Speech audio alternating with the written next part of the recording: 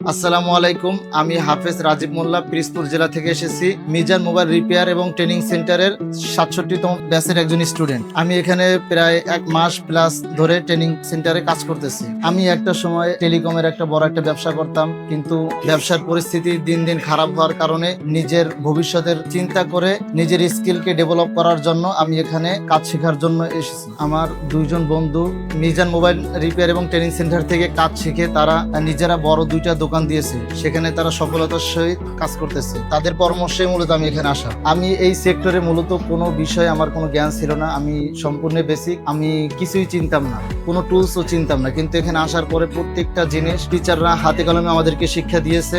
Tools থেকে শুরু করে সম্পূর্ণ কিছু এখন আমি চিনি, যত প্রকার মেশিন আছে সবগুলোই চিনি। তাছাড়াও বেসিক যত কাজ আছে, মোবাইল খোলা থেকে ডিসপ্লে লাগানো থেকে শুরু করে বেসিক যত কাজ আছে সব কাজই আমার দক্ষতা অর্জন হয়ে গেছে। এখন আমি অ্যাডভান্স লেভেলের কাজ শিখতেছি, যেমন সিপিইউ রিবুলিং করা, আইসির যত প্রকার কাজ আছে সেই কাজগুলো শেখা, তারও সফটওয়্যার। এখানে এসে আমার তাদের পরিবেশটা খুবই ভালো লাগছে।